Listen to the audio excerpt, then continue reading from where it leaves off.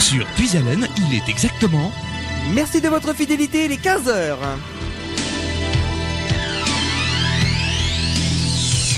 Bonjour à toutes et bonjour à tous, bienvenue sur l'antenne de Radio Puisalène. Vous nous écoutez sur les 3 fréquences, sur le 92.5 à Compiègne, le 99.1 à Soissons et le 100.9 à Noyon, et également sur internet avec radiopuisalène.fr. On nous écoute partout en France et dans le monde.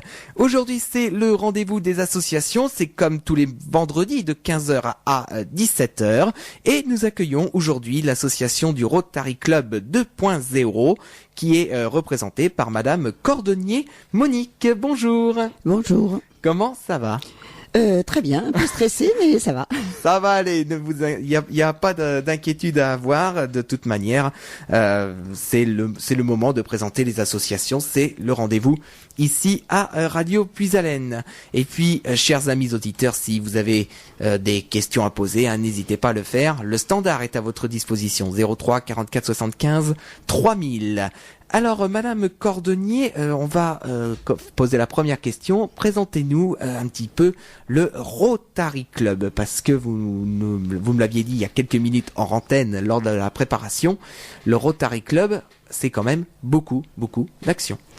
Oui, tout à fait. Alors, déjà, la devise c'est un club service avant tout, et sa devise c'est servir d'abord. Ce Rotary a été créé en fait par Paul Harris, qui était juriste à la base, et la première réunion a eu lieu le 23 février. Le 23 février 1905, pardon. Ils étaient 4. Donc un juriste, un ingénieur, un tailleur et un grossiste en charbon. Donc voilà, vraiment une association très diversifiée. Et la base de cette association, c'était effectivement de servir les autres. Donc le Rotary est vraiment basé sur l'amitié, la convivialité, le respect de l'autre, le partage, le don de soi, en fait des valeurs de vie fondamentales.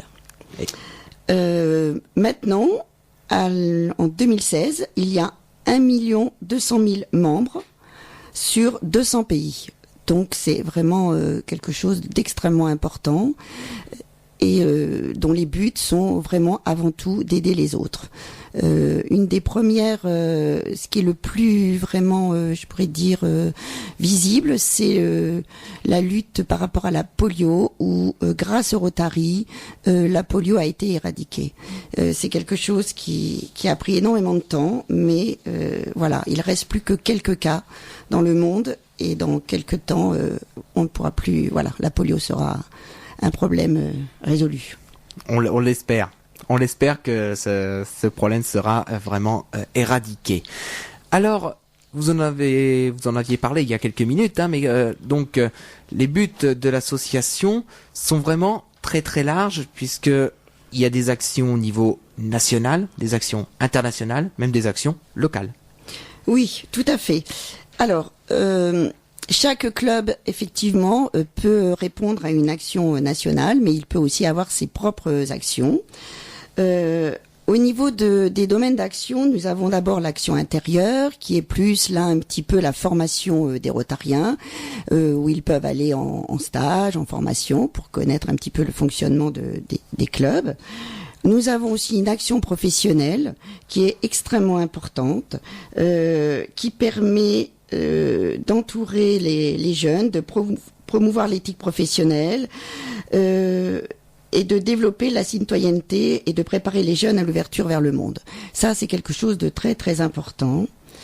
Il y a aussi l'action d'intérêt public qui est plus basée sur la citoyenneté, c'est-à-dire que, par exemple, nous sommes énormément attachés à lutter contre l'illettrisme. Et donc ça, c'est quelque chose que le Rotary a vraiment en tête.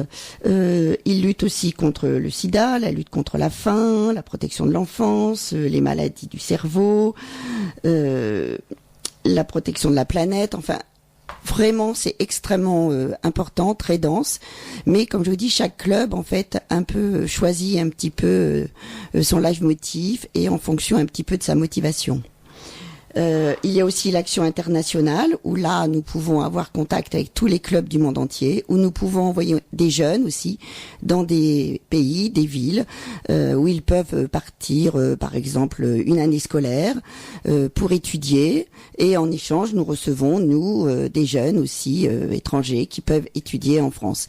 C'est vraiment des familles d'accueil, donc qui prennent ces jeunes. C'est extrêmement familial.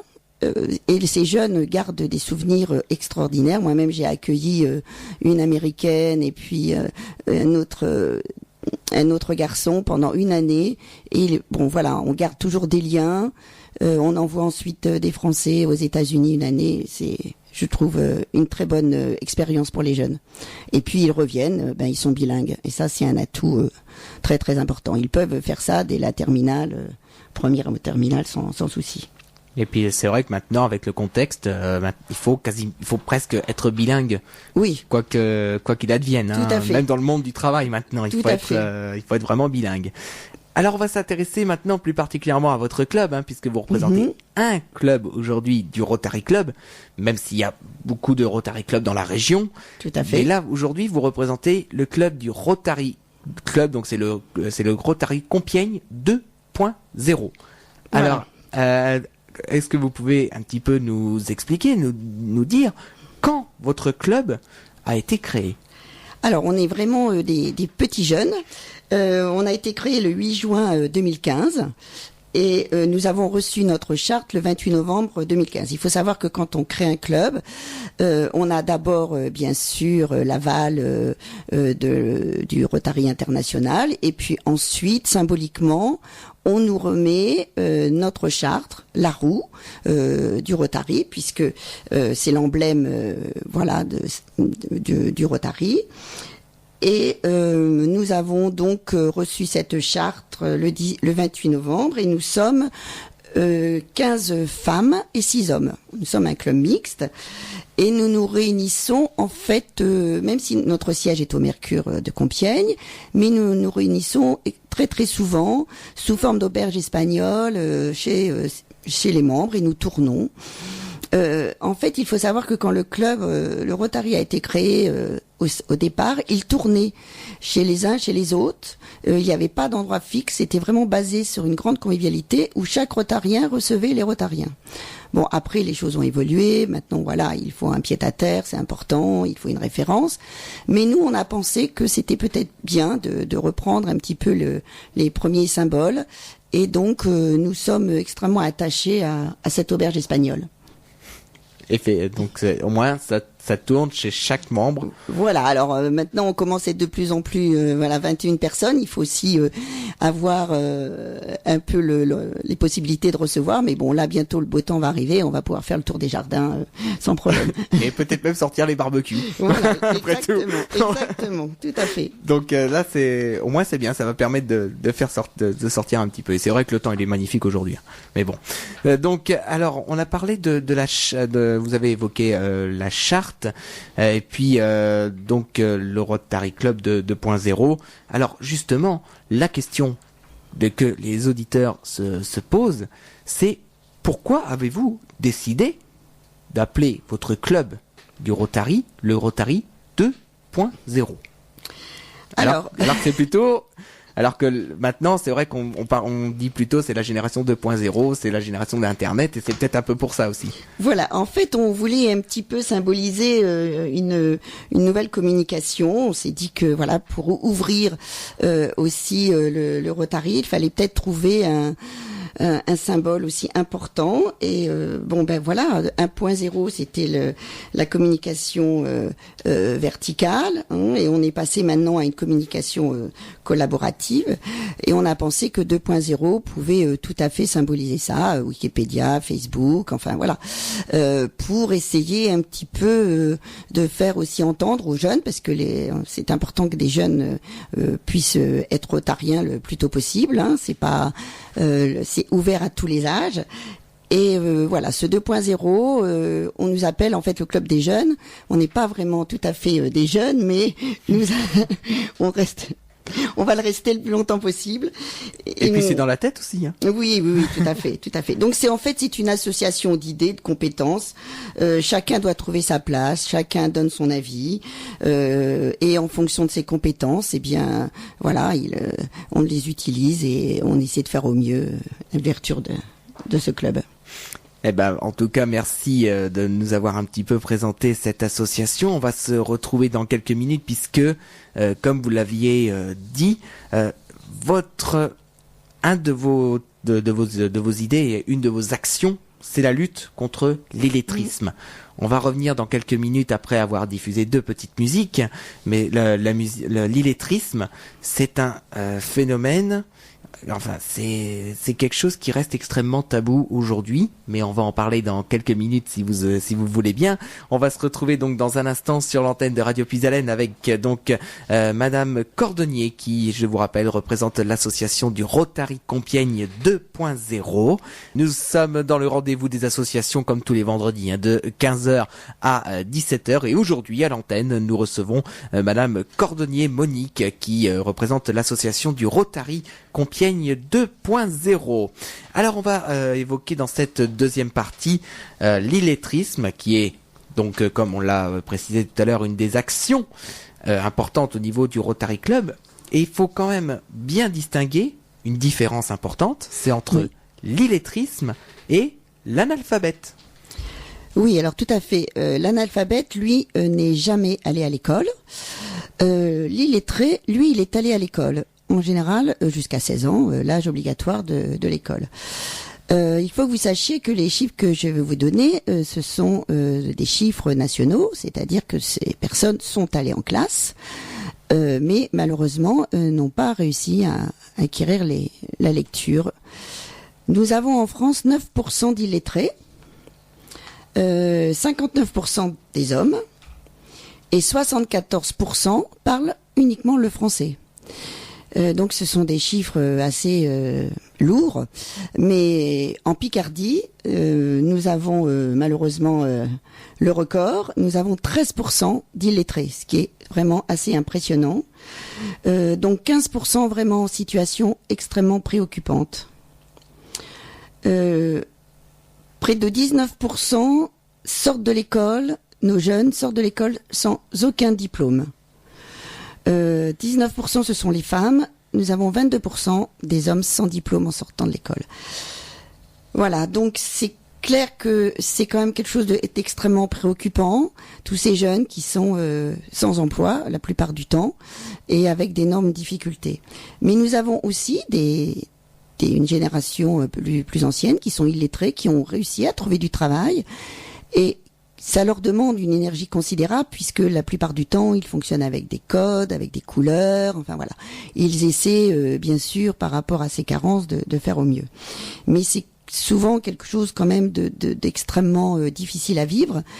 Et nous nous sommes dit que nous, les personnes que nous pouvions peut-être aider, c'était la tranche 18-25 ans. Et donc, on les aide, on essaie par rapport avec une autre association qui s'appelle le Centre Ressources Lecture, eh bien, on essaie d'intervenir et de les aider au mieux pour qu'ils retrouvent, qu'ils essaient de lire. Alors, il faut savoir qu'un illettré, en fait, il est incapable de lire et de comprendre un texte de 100 mots. Donc, il a beaucoup de difficultés à remplir un chèque. Il a beaucoup, bien sûr, de difficultés pour lire une consigne de sécurité. Le bulletin scolaire de ses enfants, c'est extrêmement difficile. Une ordonnance. Enfin, c'est vraiment quelque chose au quotidien de très lourd à vivre.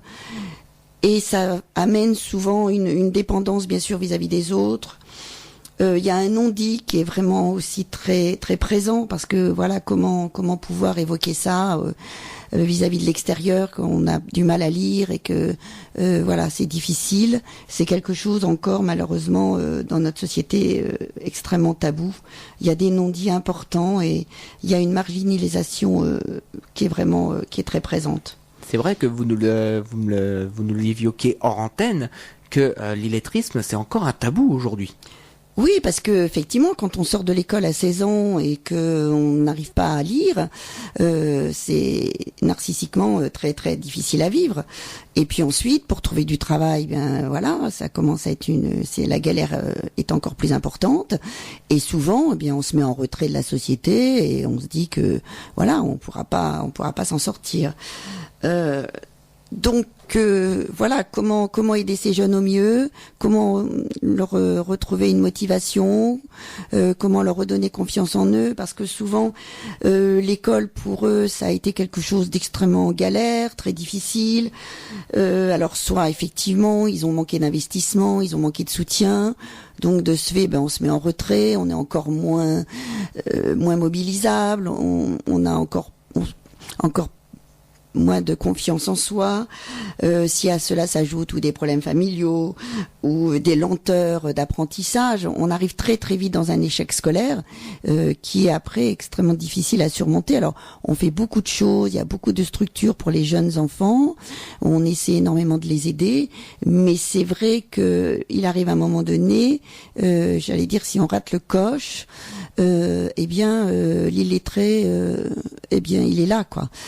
Et tous ces jeunes qui sortent de l'école, ça c'est un gros souci pour nous, en tout cas pour moi personnellement et pour notre club. Donc on a imaginé de soutenir ces jeunes. Et comment faire? Alors on a donc cette association qui est sur Compiègne qui aide les jeunes. Ils ont des cours le matin, les cours l'après-midi. Il y en a 24 je crois, 12 le matin, 12 l'après-midi, 4 heures de cours par jour. Et donc nous, on a non seulement financièrement, voilà, on va faire un don là de 3 000 € à cette association pour les aider dans les apprentissages. Et puis on va les parrainer. Donc on a parrainé 6 jeunes qui sont en difficulté. Alors c'est plus un parrainage, je dirais relationnel, c'est-à-dire que là on a déjà fait 2 sorties avec eux, on essaie de parler avec eux, on essaie un petit peu de les remettre dans le courant de la vie, on les emmène un peu voilà en balade et d'essayer de les soutenir psychologiquement. C'est vraiment un petit j'allais dire quoi, une petite pierre dans l'édifice. Mais bon, voilà, si finalement chaque club parrainait une dizaine de jeunes, imaginons au niveau national, vu le nombre de clubs, finalement ça serait énorme. Alors le Rotary, c'est vrai, national, base énormément sur l'illettrisme, il nous engage, il nous soutient dans cette démarche. Et je pense que c'est vraiment important d'essayer d'aider ces jeunes au mieux. Hein. Et puis d'ailleurs, si le centre de ressources de lecture de Compiègne nous écoute aujourd'hui, ils peuvent nous appeler au 03 44 75 3000 pour apporter leur témoignage. Et puis comme ça donnera l'occasion également de présenter ce centre de ressources donc à Compiègne. Peut-être d'autres choses à dire au niveau de l'illettrisme, parce que il y a peut-être d'autres choses. Oui, alors ce que je voulais dire aussi, c'est que ils mettent aussi en place des stratégies, bien sûr, pour lutter contre cet illettrisme qui est à la fois qui demande énormément d'investissement, parce que contourner ça, c'est loin d'être simple. Et donc ils mettent des stratégies vraiment qui sont à la fois même souvent très perspicaces, très intelligentes, parce que comment si vous travaillez en usine dans un lieu et que vous ne savez pas lire, voilà, comment au quotidien ne pas le montrer, et ça demande une énergie considérable. Et ça, il faut savoir que dans certaines industries, il y a des illettrés qui ont un travail, et ça c'est très très bien, mais justement ces personnes, quelquefois on leur propose une autre place, parce que voilà, ce sont des très bons éléments, et ils sont obligés de refuser, parce que bien voilà, ils ne savent pas lire, et là malheureusement ils sont obligés de refuser ces postes. Donc il y a vraiment un non-dit important. qu'il faut essayer, je pense que là je fais appel aussi peut-être aux entrepreneurs qui ont des ouvriers, des employés, peut-être de regarder un petit peu plus près, peut-être qu'ils ont eux voilà des très très bons ouvriers mais qui sont en grande difficulté. Et il faut savoir que il n'y a pas d'âge pour apprendre à lire. Hein. On peut apprendre à lire à tout âge, dès l'instant où il y a une motivation. Je peux vous, par exemple, un jeune qui ne savait pas lire, il voulait absolument passer son permis de chasse. Bon, non lecteur, donc pas possible. Eh bien, il est venu avec son bouquin de chasse et en 3 mois de temps, il savait lire, il a passé l'examen, il a été reçu. Donc je pense que la motivation est extrêmement importante. Ces jeunes, souvent, ils sont démotivés, l'école les a malmenés. Et voilà, il faut essayer de trouver un espace pour eux, de trouver un investissement, quelque chose qui les valorise. Donc soit on part effectivement d'un métier, s'ils veulent... et de partir par rapport à leurs désirs, de façon à ce que la lecture, elle ait vraiment un sens et puis un but. Donc ça c'est quand même très bien ce que vous donnez comme exemple. Au moins ça me donne l'envie et la motivation. Oui, voilà. Je pense que tous ces jeunes ont perdu l'envie, ils ont perdu la motivation, donc il faut leur donner cette envie. Alors il faut creuser avec eux, il faut faire appel un peu à ce qu'ils aimeraient, leurs désirs. C'est un travail extrêmement important et très long, souvent. Mais moi, je suis très optimiste. Je pense que dès l'instant où on trouve le désir de chacun, eh bien, il y a le fait d'apprendre à lire, c'est plus un souci, quoi. On peut très très vite apprendre à lire et oublier ces années de galère, parce que il faut savoir aussi que les personnes qui sont illettrées, lorsqu'ils ont des familles, ils ont des enfants bien sûr qu'ils vont aller à l'école, et là c'est très compliqué pour eux d'aller mettre un pied de nouveau à l'école parce que ça leur rappelle que des mauvais souvenirs. Comment aider un enfant quand nous-mêmes on ne sait pas lire, comment faire? Et tout ça c'est extrêmement douloureux, et il y a vraiment quelquefois finalement il faudrait faire des suivis en binôme, c'est-à-dire que le parent et l'enfant apprennent à lire ensemble. Et ça, certainement, ça pourrait motiver et l'enfant et le parent. Mais ça veut dire qu'il faut dépasser voilà, son mal-être, qu'il faut dire les choses. Et ça, c'est beaucoup plus compliqué d'avouer qu'on ne sait pas lire, parce que il y a vraiment... c'est très tabou encore, malheureusement. Il y a toujours ce non-dit qui existe et qui fait que les personnes qui sont malheureusement illettrées restent enfermées, ils restent enfermés sur eux-mêmes. Oui, voilà, et puis faire appel à l'autre, c'est quand même toujours très très compliqué. Hein. Je pense que dans tous les supermarchés, on a tous eu à un moment donné à aider quelqu'un qui voulait acheter un produit et qui n'était pas sûr du produit qu'il achetait. Et alors déjà que la personne arrive à demander, ça c'est déjà très bien. Mais combien de personnes sont devant les étagères d'un supermarché et se disent bon, quel produit je dois acheter en fonction de telle efficacité ou de ce que je veux faire. Et voilà, donc on est tous confrontés au quotidien, je pense, à cette problématique. Si on ouvre un petit peu les yeux autour de soi, voilà. C'est sûr, c'est sûr. Donc alors pour lutter contre l'illettrisme, le Rotary Compiègne 2.0 fait quand même beaucoup d'actions. On va en parler dans quelques minutes. On va s'arrêter pour diffuser 2 titres sur l'antenne de Radio Puisalène, mais on va parler de votre actualité, puisque dimanche 15 mai prochain, à Compiègne, il y aura une action qui est réalisée par le Rotary Compiègne 2.0, donc pour justement lutter contre l'illettrisme. On va en parler dans quelques minutes. Alors on est de retour ici pour le rendez-vous des associations de 15h jusqu'à 17h, et nous accueillons aujourd'hui, je vous rappelle, Madame Cordonnier Monique, qui représente l'association du Rotary Compiègne 2.0. Et l'association justement organise dimanche prochain, ce sera le 15 mai, une guinguette. C'est la première édition d'ailleurs de cette guinguette. Oui, tout à fait, puisque comme on a une petite année de vie, c'est un grand plongeon. Et donc nous allons faire cette première guinguette au bord de l'eau, à la base nautique Club d'Aviron. Le président du Club d'Aviron nous prête très très gentiment le lieu.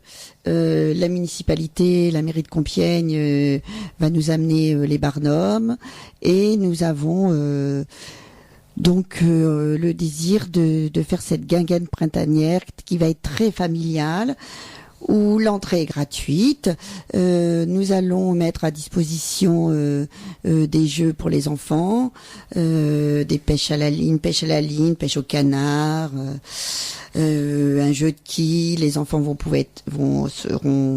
pourront être maquillés. Il y aura bien sûr un stand de livres pour les parents, pour les enfants, puisque notre thème est quand même la lutte contre l'illettrisme, et c'est important qu'il y ait des livres un peu partout dans cette journée. Il y aura bien sûr une buvette, des crêpes. Les personnes peuvent amener éventuellement leur pique-nique s'ils le souhaitent.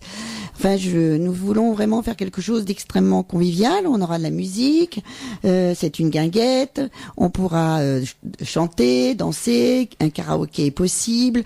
Enfin voilà, je pense que ça devrait être extrêmement convivial.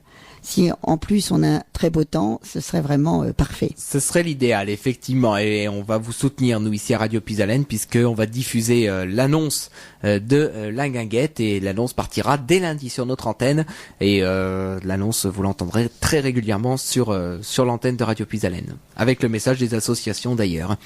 Donc voilà pour cette guinguette, donc avec beaucoup de choses. Vous l'avez entendu, et puis après, donc c'est vraiment le principal à retenir, c'est que tous les bénéfices qui vont être faits sur cette journée, sur cette guinguette, tout à fait, pour l'électrisme. Voilà.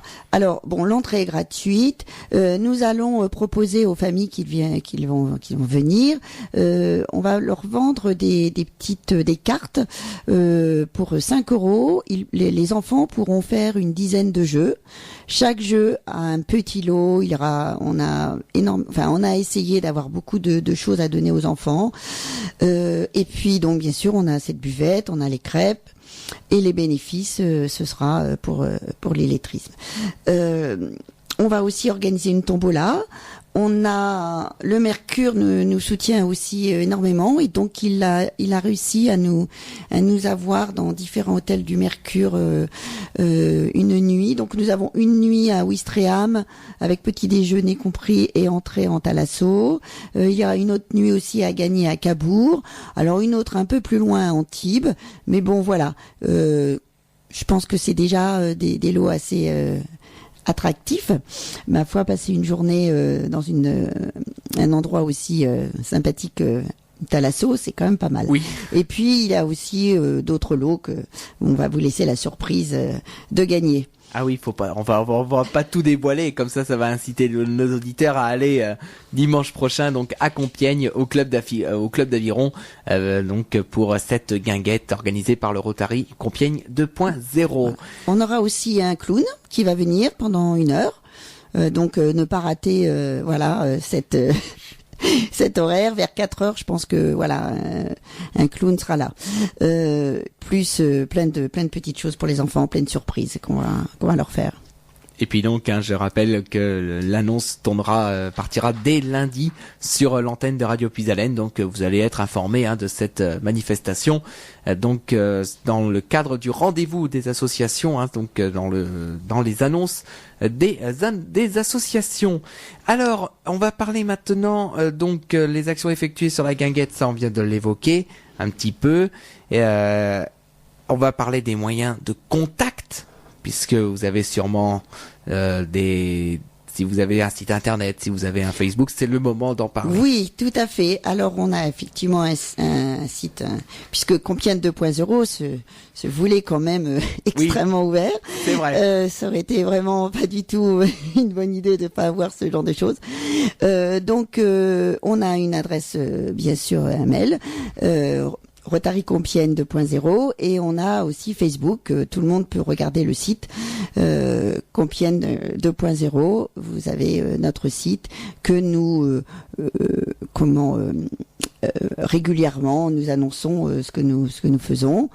Donc c'est vrai que la première chose que nous avons faite quand on a été créé, on a fait un concert aux Hippodromes avec un pianiste qui était vraiment de qualité. Je pense que probablement l'année prochaine il y aura un autre concert qui sera organisé. Et puis on a fait aussi dans le cadre donc du Rotary national, on a aussi fait une dictée à la mairie de Compiègne où nous avons réuni toutes les générations, où il y avait une dictée à 3 niveaux pour les petits, les ados et les adultes. Et cette dictée, tous les ans, je pense qu'elle sera mise au point. Et ça nous paraissait aussi vraiment important de prendre cette action qui va complètement avec la lutte contre l'illettrisme.